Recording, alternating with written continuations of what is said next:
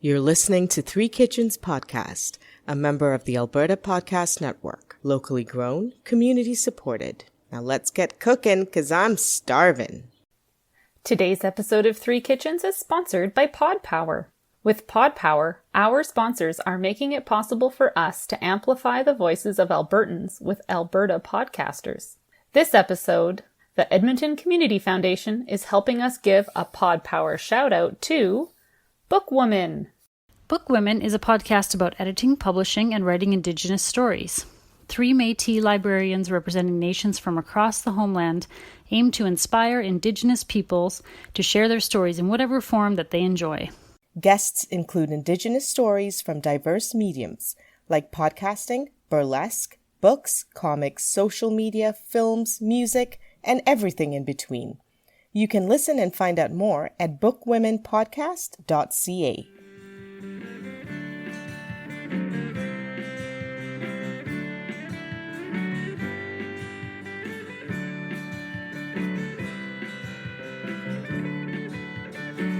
I think we can just say welcome back to the second part of the first. Second part of the first? The second part of the first episode of the third series of Three Kitchens Podcast. It's a lot of numbers. Yeah, it's a lot of Heather's numbers. got them all straight this morning, and now she's just going to fall apart for the rest. Now I'm done. That's as good as it gets. That's all the numbers that I know today. Yeah. All right, who's bringing us in? Wasn't that it?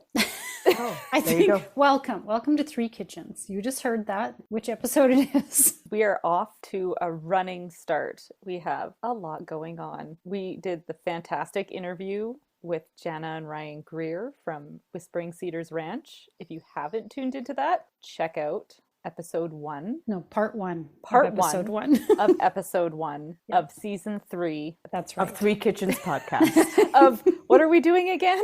What is this? Why are we here? We're back. We're back from our break. Oh, and we are back in a good way. Oh, yes. We Yep. opened this well. But first, we should talk a bit real quick about how we went to the lamb farm. Yes, And we bought lamb straight from the source. that's right. We got to go and see all the little sheepies and all Yeah, the sheep I had to dogs. miss this one, but I was bummed because those sheep were so cute. The pictures you were sending me, oh my goodness. They're cute. God, But you don't want to think about that when you're cooking and eating. Different. I told you they're different. They're different. Those are the ugly ones we ate. That's right. Yeah. I don't care. I'll eat sparkles any day. Sparkles. Sorry. It was Or twinkles. sprinkles. It was Twinkles. twinkles. I Whatever. named The lamb. the little lamb twinkles. That's right. I think I texted back and told you, no, its name is Chops. Oh, that's right.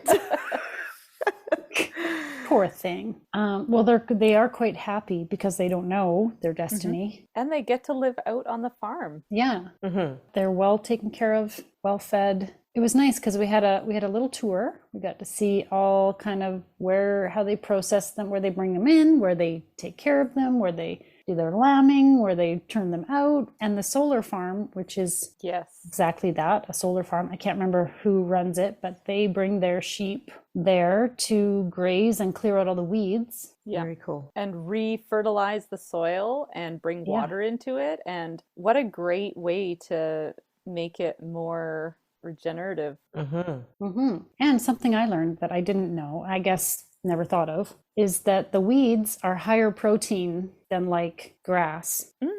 That's So right. they clear off like the scrubby weeds. It's like they just clear all the leaves off them and leave these stubby sticks behind. That's right. And they're real fat. They're fattened up because they're eating all the high protein weeds. So that was nice. And we brought a big box of lamb home, Well, we got a whole lamb and it was cut into different Already cuts. butchered and already frozen. in their cuts and frozen. Yeah. Mm-hmm. And then we split that up and decided to do something with it. Heather and Yeah. I brought these 2 coolers back and we just started dividing around all the different cuts of meat, and I was so excited to bring it all home. I was like a kid on Christmas. Mm-hmm. Yep, we can cook lamb all winter. I ate lamb 4 days in a row this week. We were pretty lucky. We all did, I think. It Yep. has been such a treat. I'm a lover of lamb already. Mm-hmm. So I was just excited about this week. I think you were too, Sarah. Yep, very. And now Heather is as crazy as we are now. Possibly. Like I would never have said I didn't like it. I just didn't have a lot of experience of eating it. But I really enjoyed all the things we made. Mm-hmm. Okay, I used the ground lamb. I asked for all the ground lamb from you guys because I went into my Dishoom cookbook and I got a shish kebab recipe out of it. And listeners, I simplified it for you. Oh, yay! And I put it on the website. So then you can now not be intimidated that it's from Dishoom. It's doable. You absolutely have to make it then. It was. I absolutely cannot wait to make it. All right, I want to hear all about that after the break. For sure. Yeah. Heather, what did you... So I had this recipe that I had come across that I wanted to make. It was a beer... The alliteration is going to kill me. A beer braised beef brisket pie. And I took that as kind of my inspiration and I modified it a bunch and I made a lamb shepherd's pie, which seemed kind of fitting because in the first part, Yes. Ryan made some comment about how they like to bring that out at restaurants and say, well, real shepherd's pie has lamb. Do you want some lamb? We got some lamb for you. I think they got me with that. I know. I never thought about it. I'd honestly. never put two and two together, and it was like, And that's oh, what I grew boy. up with. Lamb shepherd's pie. We didn't have beef shepherd's pie. I called it country pie. Oh, Oh. well, there you go. Maybe if it had always been called country pie, I definitely would never have made the connection. Right. And how about you, Erin? So I took the lamb chops and I made them into a soup that was sort of something I've worked on and developed over the years that brings together some flavors and inspiration I had from when we visited Iceland, because it was something that was on the menu everywhere and I just ate lamb soup every day that I could at every restaurant because it was delicious, it was simple, and I made some biscuits on the side. Because, You need to have something carby and starchy on the side of your soup. I agree. Okay, so after a quick ad, we'll talk about how we made these delicious dishes. Yeah, I think we've got 3 winners, so you're going to want to come back and hear all of our tips and tricks for making them and check them out on the website. Yeah. Today's episode is brought to you by The Pulse. Want to start your day informed? Check out The Pulse, Taproot's daily news briefing. The Pulse tells you what you need to know about Edmonton every weekday morning. You'll get short, informative updates about what's happening at City Hall, plus coverage of business, tech, food, the arts, and more. You'll also get a little bit of whimsy from features such as A Moment in History and the weekly podcast pick. And it's free. Sign up today at taprootedmonton.ca/pulse. That's taprootedmonton.ca/pulse. All right, Sarah, start us off. Okay. Tell us all about this delicious kebab. I have this written down, so I'm going to go refer to the website, guys, because my notes are in there. Go check it out. It's called Lamb Shish Kebab, and I used 1 kilogram of ground lamb. And what I did was I toasted some ground coriander, cumin, and garam masala in a dry pan. I have in the recipe, I put 1/2 cup of cilantro that's chopped up, but I did not put this in because of my super taster co-host. I get how cilantro would have been good in this. I think cilantro would have been good in this, but Yeah. But you know what? It was good without it as well. 4 green serrano peppers. I think it could have used more. Red onions, minced garlic, minced ginger, ground black pepper, salt, and this is I don't know if you guys actually realized this. Did you see little yellow bits in the kebabs? I didn't notice that. I was too busy eating it. Yeah. This was my favorite munch. part.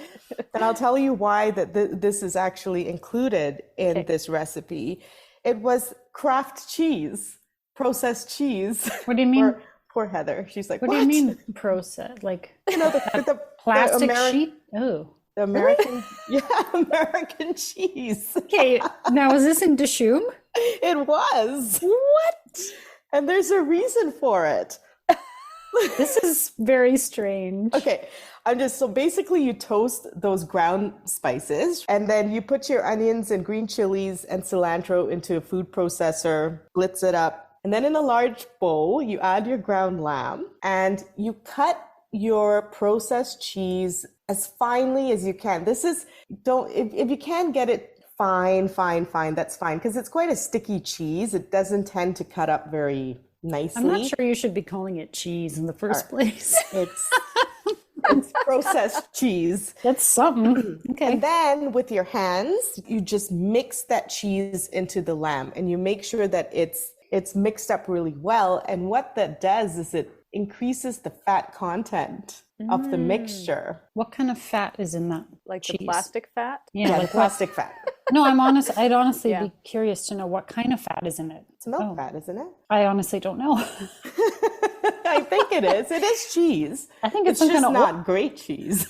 You know how much I love processed cheese on burgers usually. I just never thought I thought this was so cool that it went into the ground lamb. That is interesting for sure. Okay, so then you take all these ingredients and you put it into a stand mixer. You put a paddle attachment on, and then you want to mix this on a fairly high speed for about 3 to 4 minutes. And what happens is then I think it gets all mixed up, and you want to do it till the meat is like lighter in color, and it kind of looks looks whipped. Is it toughier? I was going to Yes, say and fluffier. Like and you're fluffier. like whipping it. Oh, okay. Yeah. Interesting. Cool. Okay. Then you put the mixture in the fridge for 30 minutes. And if you're using like bamboo skewers or wooden skewers, soak the skewers at this point. Right. Then you shape your lamb into logs, which was pretty funny because my family was like,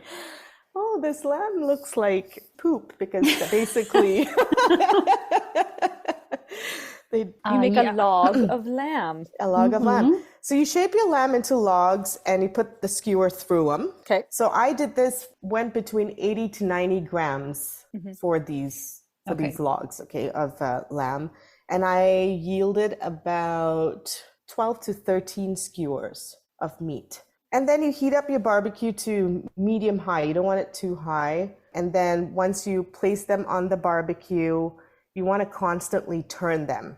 And this took about 6-7 minutes and they were done. And then I served it up with a dip, yogurt, cumin, garlic, and salt.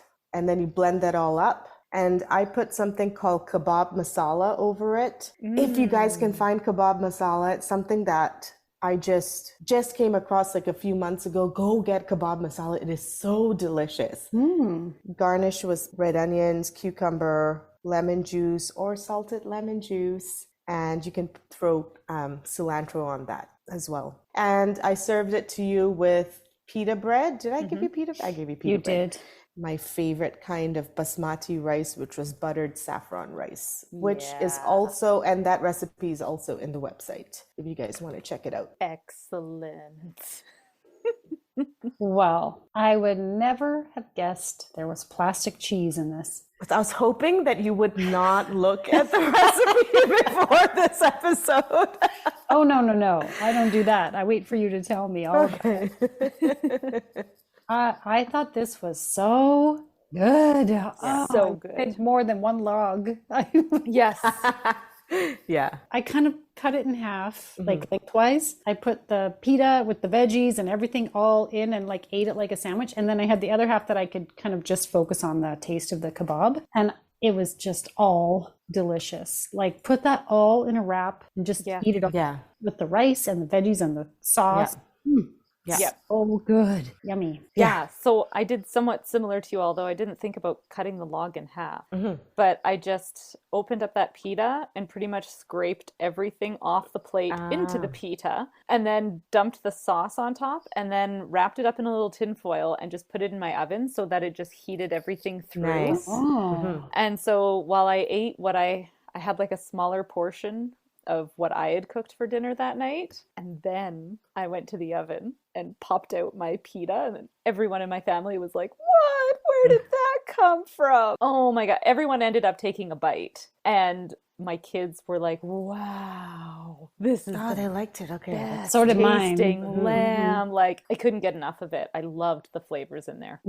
And I agree, Sarah, it could have used some heat. I wouldn't have thought there were really peppers in there, actually. So something that I changed from what I served you in the website was I added more peppers into the recipe. This is just me. I know I'm very sensitive to salty food, but I would have reduced the salt in this a little. What did you guys think about the salt level of the lamb? I thought it was okay, but I like salty, so don't go by my... I didn't notice it being too salty either. How much was in? So for a kilogram of lamb, they had recommended 3 teaspoons of sea salt. And so I changed that to 2. Yeah. And you know what? Nothing wrong with salting it after, right? Yeah, exactly. Right. So if I'm going to promote this book a little bit. If you guys love lamb and you really want to learn about South Asian cooking, there is another fantastic recipe in this that you guys need to try as well, because now we've got all these cuts of lamb. Get the book. I look forward to trying it when you share it with us after you make it. I've actually made it. So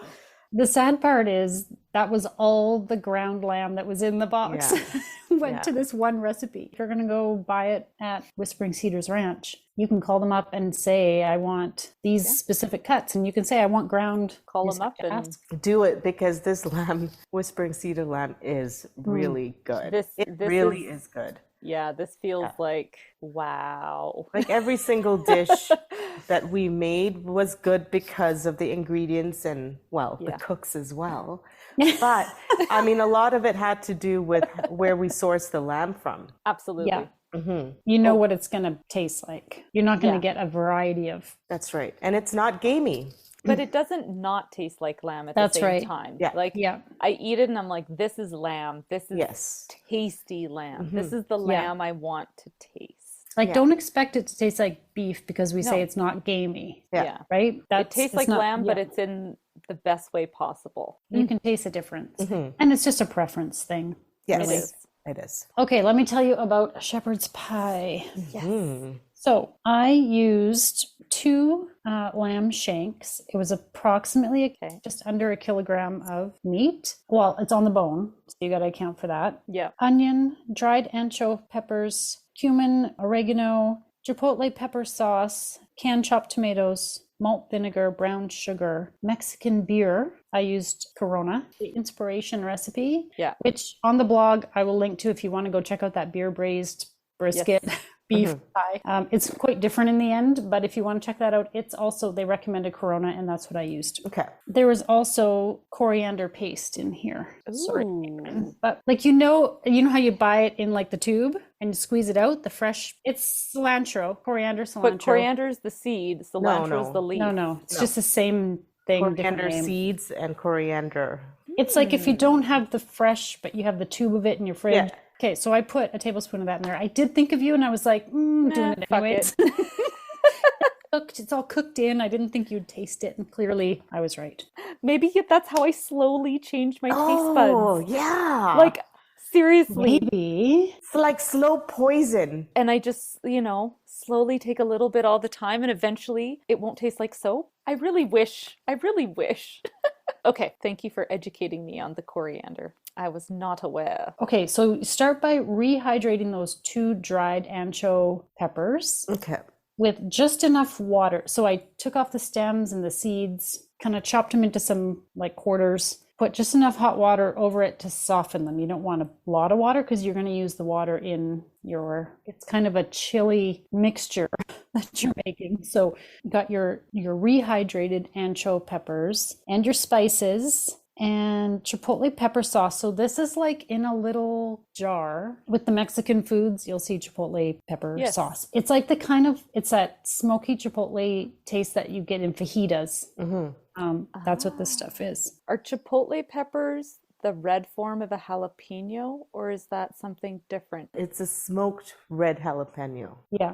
Thank you. I just wanted to make sure I understood that in my head because peppers confuse the hell out of me every time. Think smoky pepper. Yeah. That is. I just wanted to go back to the roots of it Yep. because. It is a red jalapeno, yeah. Okay, That's thank you.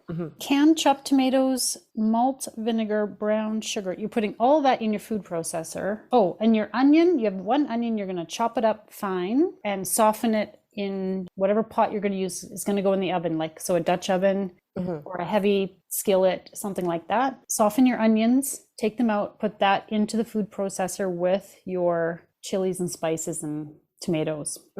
Whiz it up a bit so you're kind of making like the beginning of a sauce. Then put your shanks with oil into your pan where you just softened your onions, and you're going to just lightly brown the shanks. And then when they're browned on all sides, you're going to put all that chili mixture from the food processor in there, plus a can of beer. And that whole thing, that's now going to be braised in the oven, covered for 2 hours, and then uncovered for another 2 hours.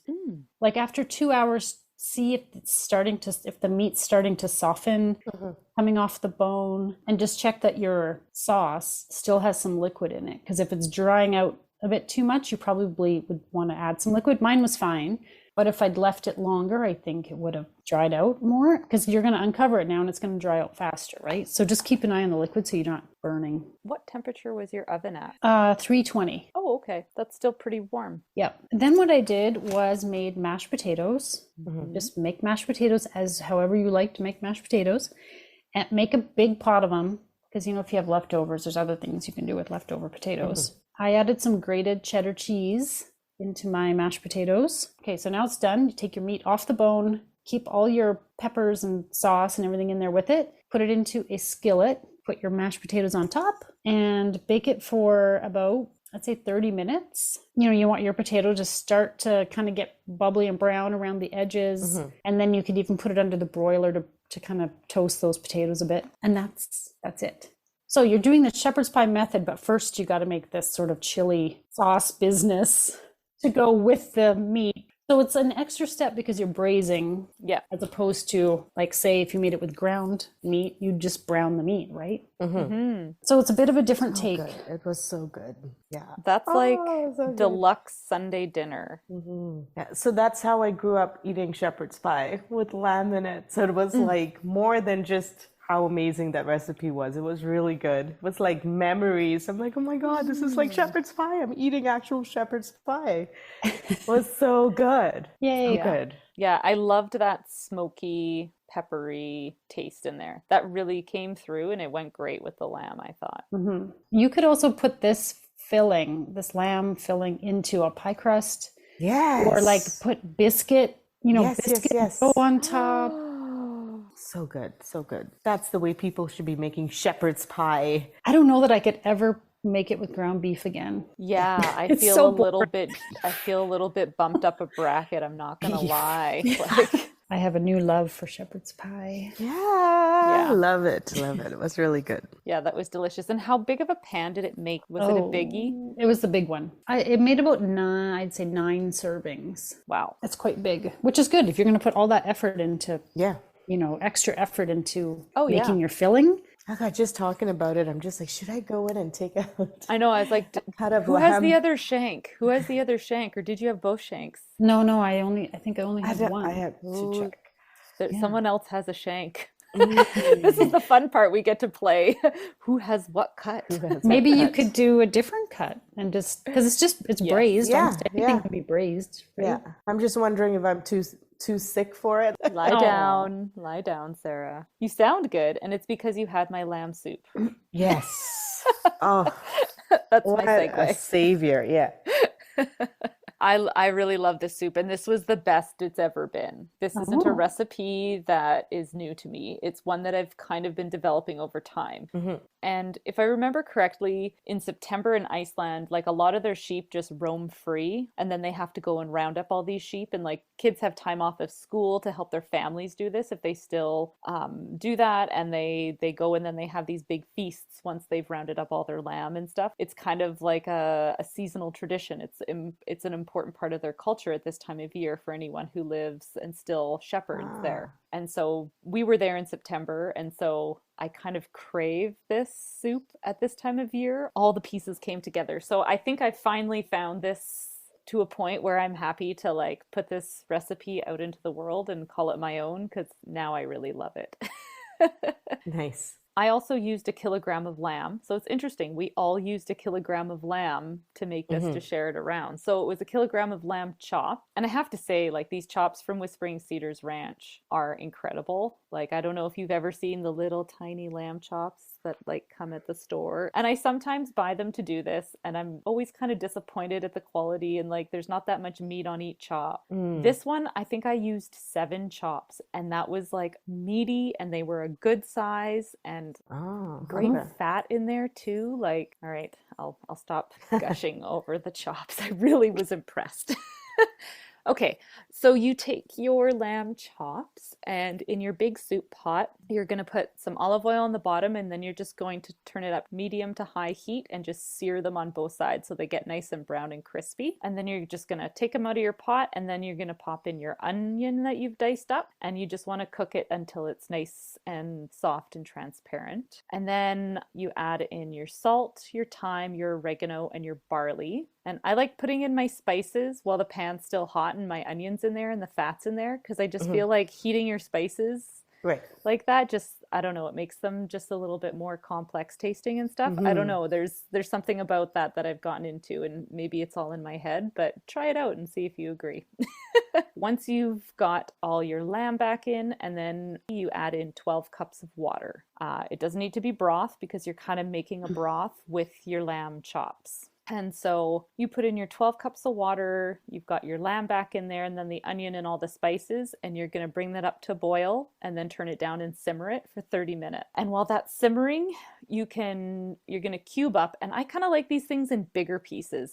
So you can kind of, whatever you feel is best, but cube up 3 cups of rutabaga, 3 cups of potatoes, a cup of carrots, and then half of a small cabbage that you just slice up. And that's all you've got. And so after it has boiled for 30 minutes, you're going to add all of your vegetables in that I just talked about there, and bring it to a boil again, and then reduce the heat again and simmer it for 30 more minutes. Okay. After your 30 minutes of simmering the vegetables, you're going to take your chops out, and I just put them on a plate to cool down for like 5 minutes, just so that I can handle them without them being too hot. This is probably the hardest part, because at this point everything smells so good in my kitchen, and I just want to eat it, and I'm like trying to handle these hot chops and being like, my fingers are burning. So just put them on a plate for like 5 minutes and walk away, Erin. And then just debone the meat, tear it into bite-sized pieces. Like, you don't need to even chop this with a knife, because it is so soft at this point and delicious. Toss it back into the pot, stir it up, and serve. With biscuits. With biscuits. Biscuits. Now tell us what kind of biscuits you made. Can anybody guess the special ingredient in my biscuit? Was it salted lemons? I always have to start with that. It was a special salt. Oh, she used your scapes? Yeah. Oh, garlic scape salt? Garlic scape salt. Nice. Garlic scape salt. So these biscuits, I've made these before. They're the same biscuits I made when we went camping and I cooked biscuits in the fire pit. Oh, nice. This recipe is really like, if you want to take it camping or anywhere with you, put your wet ingredients in a jar, put your dry ingredients in a bag. When you're ready to make them, it's a shake and bake and scoop them out. They're a bit sticky and goopy to work with, but I mean, you can have biscuits anywhere, and they only take 10 minutes to cook up. Nice. Yum. So these are something I will make on the side of like any soup. What I did was I substituted the teaspoon of salt for a teaspoon of garlic scape salt to make them a little bit extra special. The dry ingredients are flour, baking powder, sugar, salt, and cream of tartar. And then you grate some cold butter in there, add some milk, and then it creates kind of like, it's not something you can really put out on your counter and roll. It's more of like a drop biscuit. Yeah, so I like using my ice cream scoop and just ice cream scooping out onto the tray. It's so fast and easy, and your hands don't get mucky, and you use everything. Yeah. So they bake it 425 for 10 minutes, and then ding dong, you're done. Erin, if you were, because I'm terrible at baking. No, you're not. If you were going to add cheese to this, would you just then keep everything, all the ingredients, like all the I measurements? do have a cheese modification. Let me look and do? see, because I think I reduced the butter to about half a cup. Okay. Yeah, I reduced the butter to half a cup, and then I add the cheese just because I think there's enough fat in the cheese that. Right. Oh, what's a bit more fat? Yeah, like, do you really have to? No. Who cares? Do you think that I reduced the butter in those mashed potatoes in order to put cheese in it? No, I didn't. I just added cheese.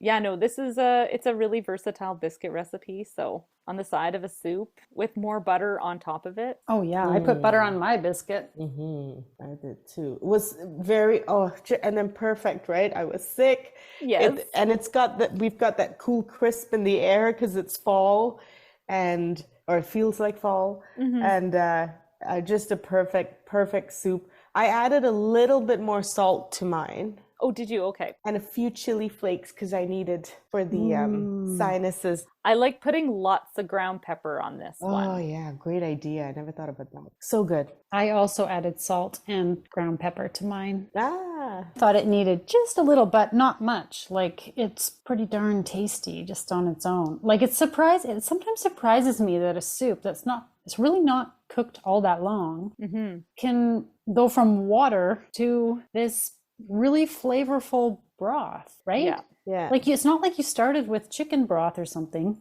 Yeah. No, it was just water. That's so funny that you mentioned that, Heather, because when Erin was describing what you put in the soup, I was thinking of that. I don't know if you guys know the story about the guy who had the magic stone. And he put it into the cauldron and he was making soup, but then it would always have been better if you had one more ingredient to throw into the cauldron. And I was like, I love soup. And I don't make a lot of soup, so definitely making this one.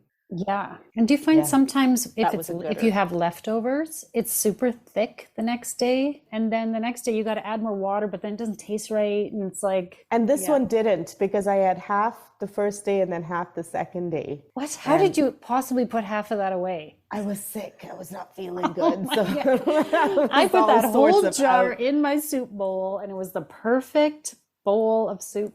And it did nothing expanded, nothing got smooshy, and it was just delicious. Yummy. Yep. So listeners, I think for the rest of season 3 we will be cooking with lamb. Yes.